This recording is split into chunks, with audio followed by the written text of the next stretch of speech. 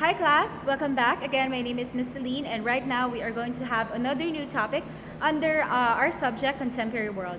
And this time we are going to talk about global media cultures. Now let's go to the learning outcomes for this one. Let's start.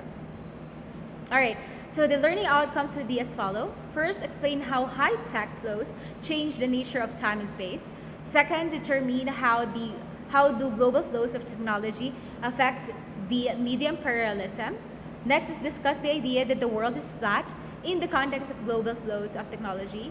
Next is make a case on the potential of the internet to global democratic space. Next is discuss the impact of global technological flows on the nation state and evaluate how online social networking changes the ways in which people interact both online and offline. And lastly, discuss the internet and social media in terms of solids, liquids, and also gases. So I have to be very specific. The other learning outcomes I will not discuss that because it will be included already in your final paper and also your final video. So everything we'll be discussing here will just be included in our quiz. All right, so now let's go to it one by one. So let's talk about high-tech global flows and structures. When we talk about high-tech global flows and structures, the word high-tech is not new for us, but to be further elaborate about that, it talks about technology, the mass media, internet, and also social media. So right now, our old grandparents or our grandparents or those who are older than us, actually they themselves are very much vocal that they do not know how to use high-tech technologies. So that's actually what high-tech is all about. What they are trying to say there is that that's actually the definition of high-tech, meaning to say the technology that we use right now. Are you using Apple? Are you using i5 or i7 or Windows, whatever that is? Your cell phone devices, the mass media, and then internet and also social media, your phones, your whatever your gadgets right now, those are tagged under high tech. Now, this high tech global flows and structures actually affects our globalization. So I've actually kept on explaining this one. So I've already explained this one in our previous discussions as well. But this is actually what high tech global flows and structures are all about. All about technology, mass media, internet, and also social media. Now let's talk about time-space compression. So when we say time-space compression, this is the shrinking of space and the reduction of time required by a wide range of processes brought about by changes in transportation and communication and technologies. So I can still remember one of my friends telling me that living in Metro Manila or living in the city per se actually compresses time. Everything here is actually very fast. Actually, right now you can, you thought that you started the day early, and then later on you'll be realizing, oh, it's already 3 p.m. So not realizing that you were not that productive all this morning, or you've done so much more this morning. So that's what time-space compression is all about. With the use of our technology, with the use of high-tech technologies that we have right now, that's what time-space compression is talking about. As if everything is fast, everything is near, all right? So with our technology, as if everything is happening so fast. So that's what time-space compression is all about. Next is air transportation. Air freight greatly speeded up transportation of goods, reduced distances, and even reduced costs. So with our air transportation, so of course our airlines are not being used solely for traveling purposes, but also the transportation of goods. So with that, with the use of air transportation, we were able to get in touch with the products and services that are not immediately available to us because they are far. So for example, Shopee. Whenever I browse on my Shopee, whenever I buy something, they say that it's overseas. So meaning to say, some products abroad are now easily accessible to us because of the use of air transportation and because of the use of Shopee. So that's one thing, all right? So that's what high tech is all about. Next is time-space distanciation. So in here, let me just read it first. The stretching of social relations across space and time brought about by technological change. So in here, like what I mentioned a while ago, because of our technology, our social relations are spreading out. Okay, so that's why a lot of people are actually, or a lot of couples who are now we have now this term long distance relationship. And before, if you say that you are in a long distance relationship, you are just actually talking to each other via mail. You're actually just pen pals. And then text mates happens, and now you can just simply call each other using your Viber, not just Viber, but your Messenger. So that's what time-space distanciation is all about. As if your social relations are just near you. That's what time-space distanciation is all about. Next is space satellites. So for surveillance of enemies and potential enemies throughout the world.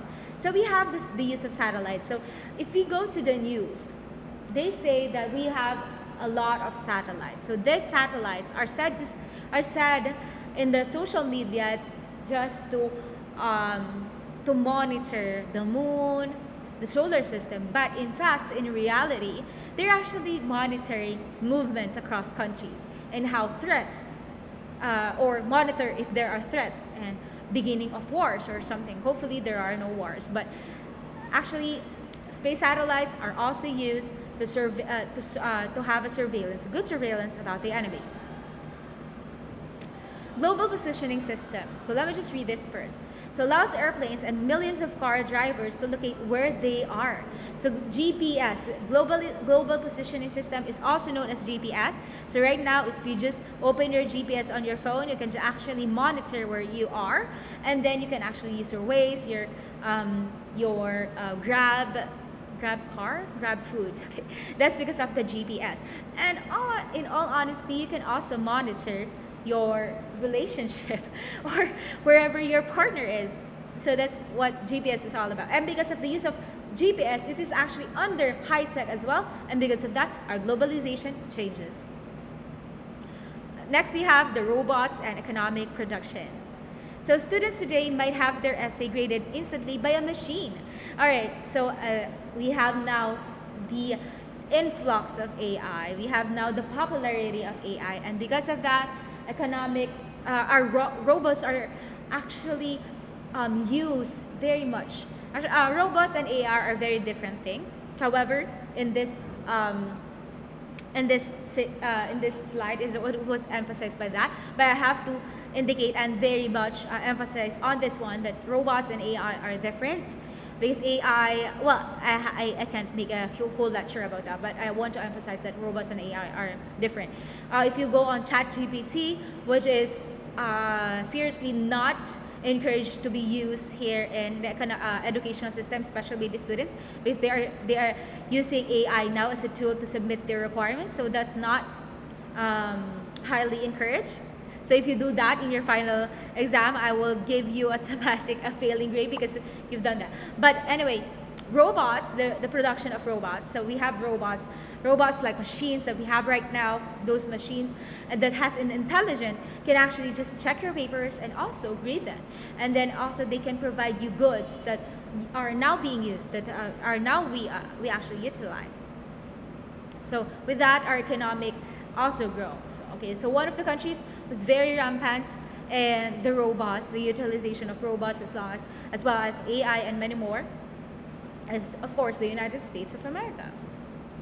Next, we have the term leapfrogging. So leapfrogging is a concept meaning to say the bypassing of developing nations of earlier technologies and adaptation or adoption of more advanced ones. So when we say leapfrogging, is because frogs typically leap. So they do not actually walk step by step, but they actually jump from one leaf to another, or one place area. I have to be specific on this. One area to another area. So that is leapfrogging. So when we say an economy is leapfrogging, it means to say that they are actually bypassing the small steps of growth or of technological growth by utilizing and adapting the advanced ones. So in here, meaning to say they actually leap from one process to another to make their economy more advanced. So I'm talking about from the perspective of a country. So instead of actually buying everything that is new, everything that's going on, they actually just wait for a few years or a few months and then um, buy the newest one, which will actually make the the new technology years from now much older.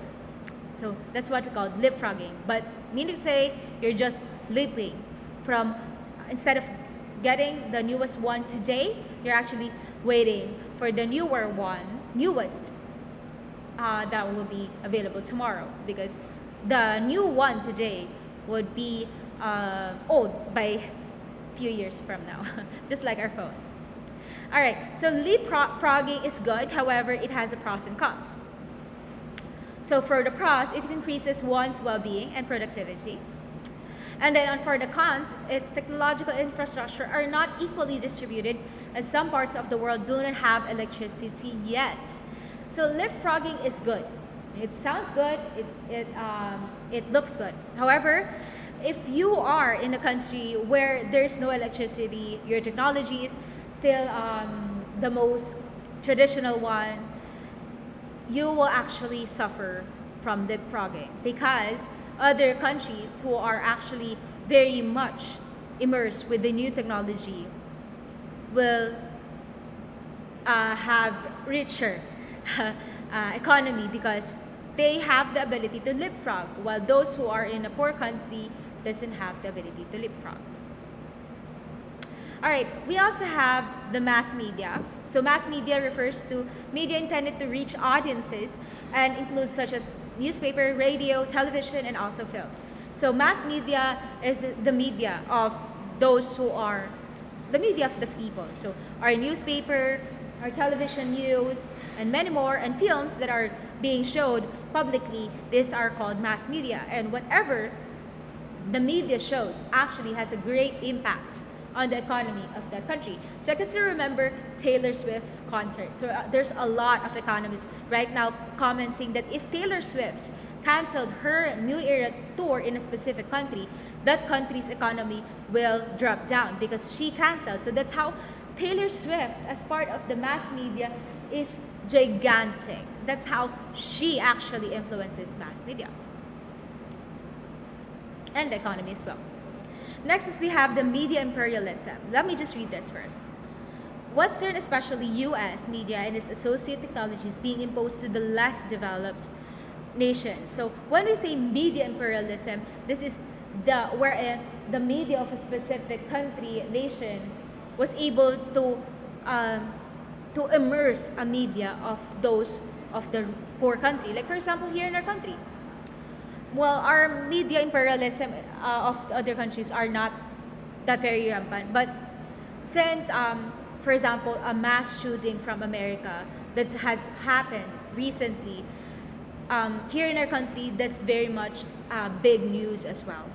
So like for example, not 7-Eleven, but the World Trade Center that was bombed years ago. So I don't know if any one of you is conscious about that situation before, but there is a huge bombing that has happened before, and that includes the bombing of a twin tower in America, and because of that it fell. Because of a terrorism, it was said to be a terrorism act. So that bombing actually influences the media in our country as well, as if everyone is a victim, as if everyone is empathizing on the victims. Even though we as Filipinos don't know Americans, we empathize with them, and we are very much updated with their news about that. So that's an example of media imperialism. Like for example, what else? One of the famous, what do you call this, movies right now. So like for example, Thor. So I don't know what updated movie of Thor right now we have, but whenever Thor is being showed in our world, in our country, it's like a very big events. So that's what kind of media imperialism is all about. We are influenced by the media of other countries, and we are not just simply influenced, but we are greatly influenced by that. So we have the term new global media and its impact on globalization. Now let's talk more about that. So with the use of new global media, we have the emergence of TV news as entertainment. The focus is on the spectacular visual rather than on what are the most important news events of the day. So right now, the reason why Kardashians is very much famous, a lot of a lot of I'm sorry to say if there are fans out there, like for example, Skastakli, Zainab, Issue, which doesn't have actually, it doesn't how I mean I don't know, okay, I'm not really not a fan, but it doesn't have or it doesn't impact or influence us, our country. It doesn't have anything to do with the growth economically of our country, but they're very famous. That's because right now our TV news media, our mass media are flooded with their life. So whatever happens to them is as if we are actually part of them, and we are greatly affected with that. Because nowadays, TV news everywhere you go, it's like an entertainment to us. This is what I'm talking about a while ago. The Twin Towers of New York. Both a very significant event and offers powerful visuals. So nowadays, that's why it's very famous. It's not because they are part of the mass media or the global media that influences us, but also it shows us a very good visual. Like for example, this one. Twin Towers are very famous because they're very high. As you can see, that's the bridge down there. It's a very famous bridge that is being shown in the movies. So it's very high. It's higher than that. So that's how powerful New York back then was, because of this Twin Tower. But because of the mass media and how they portrayed it, it gives us a good visual, and that does not actually stops with the physical, but also the visual and how it impacts us. That's why it becomes more entertainment. And that is the new global media right now. So global media culture, let's talk about that. The global media is not only heavily influenced by MNCs, but global media companies often are MNCs themselves. Like for example, CNN and Fox. Okay.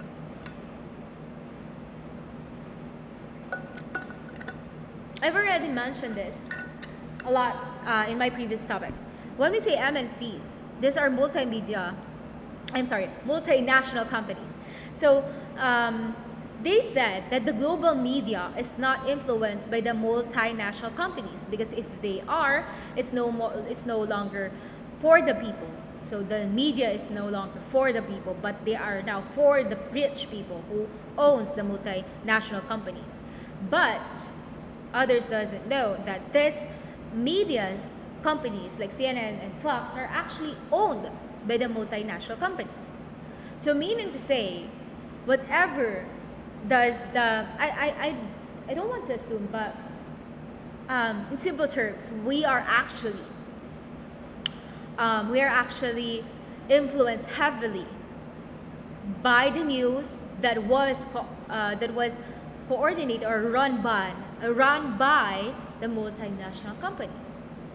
So whatever the multinational companies says about a specific person, the whole world can be impacted, can have an effect on that, or the whole world can go against that person. So that's how the global media culture works. So we have the internet and the social media. It's global because it was produced by global corporations. Internet right now, whenever you go, you can connect to an internet publicly. And so is social media. Because of that, you have an internet connection, you can go to your Facebook, Instagram, Twitter, or X right now, and TikTok. And because of that, we are actually, these two are actually produced by global corporations. When we say global corporations, these are corporations that are very much evident by the global, by the globe. All right. Okay. So we have the term prosumers. When we say prosumers, these are those who simultaneously produce what they consume. So meaning to say, that's why they call prosumers. They are pro-consumers, prosumers. These are people who continuously um, produce what they consume. All right. So, for example, actually there are a lot of multinational companies. Like for example, Mark Zuckerberg himself was questioned because he himself does not use Facebook. But right now, I believe he already has a Facebook. But before, he doesn't have a Facebook. So we have prosumers. That's the opposite of Mark Zuckerberg. So they are the ones who actually produces what they consume. They are the ones who produces what they want to eat, to take, and to consume. All right, that's what prosumers is all about. So we have the social networks inside. So I've already mentioned this. Mark Zuckerberg is also known as the famous founder of Facebook. So the world's largest networks inside, with billions, 2.13 billion monthly active users as of 2017 is Facebook. All right. So we ourselves are also prosumers. We produce on our internet, and we feed on our Facebook, and we consume whatever is on Facebook.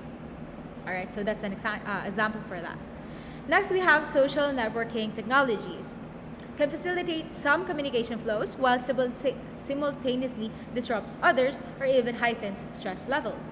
So our social network or our social media right now, for example, Facebook, helps us connect to people away from us, but disconnects us to people near us. That's how social network works, unfortunately. And sometimes it doesn't just work that way. It actually adds stress to you.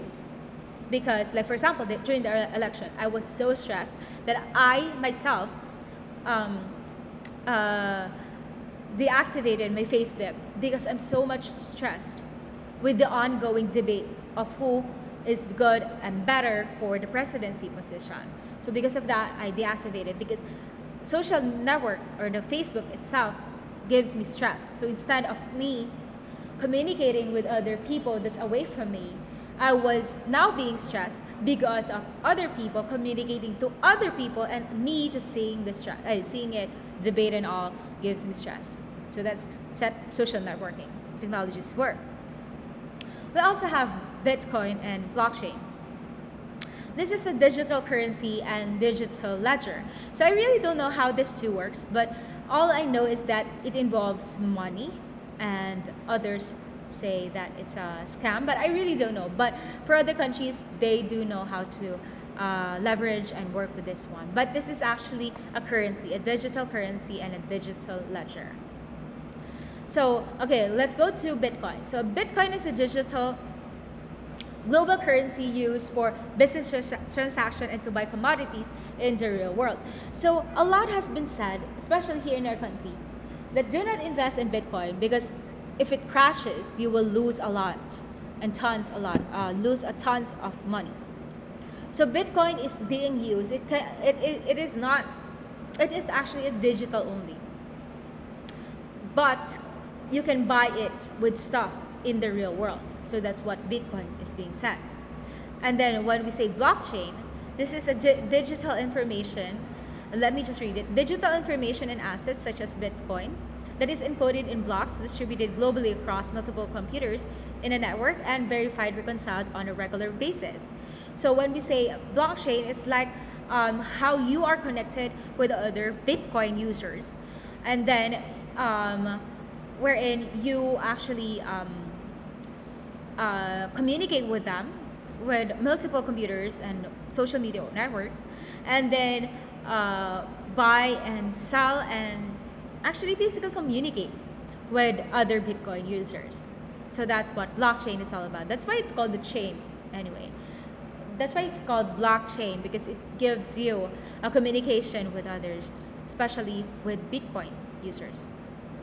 So let's talk about internet in China. So why is it different? So China's government creates barriers to the flow. So the very reason for this one is because they think that it's a threat for them. So that's why they have their own social media. So I forgot its name, but it starts with letter Q. They do have TikTok, but it's regulated of the government as well. So that's one of it. Next is Great Firewall, censors the news, controls TV shows, and limits what can be seen on the bookshops and movie theaters. So they have this firewall where everything is blocked and filtered. So if your movie, if there is a movie that goes against China or threats them, threats the people, and threats might start a revolution within the people in China, that will be blocked. Okay, so that's what it is. That's why it's called the Great Firewall. Next is it restricts access to a large number of foreign websites like Wikipedia, Twitter, Instagram, YouTube, Facebook, and also Google. But they do have TikTok. I believe TikTok started from China. So it restricts, actually, it restricts a lot of Chinese people to use social media with that. All right. And then approximately 25% of entire internet is blocked in China. So a lot of internet sites are blocked in China. But again, because they think it will become a threat to the unity of the Chinese people. All right, so global internet governance, who will take it?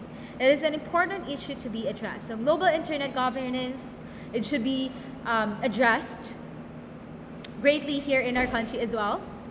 So because of a lot has been happening in our country, especially the influence of social media. Now let's talk more about it. So UNESCO says human rights based, open, accessible to all, and with multi-stakeholders participation. Like China and Russia actually resisted with that. So according to UNESCO, everyone should have a right. That includes open and accessible to all kinds of media. All right, and they are allowed to participate in multi-stakeholders. However, China and Russia resisted because they have a different approach on that. But for us, we agree with UNESCO. So social media's role in social movements. Individuals must have a similar understanding of an unjust situation, or we call it empathy. All right. So for social media to work, okay, so everyone should have an understanding and an empathy for each other. There must be some kind of communication through which people come to understand injustices, and they should also understand what is just and unjust or unjust. All right. So because of that, with social media, it actually has a role in social movements, but it should have first empathy, and next, people should have a unified understanding of what is just and unjust. So that's it. So I hope everything is clear. If you have any questions, please let me know. I'll be happy to answer it. So thank you very much, and I'll see you in our class. Thank you. See you then. Bye.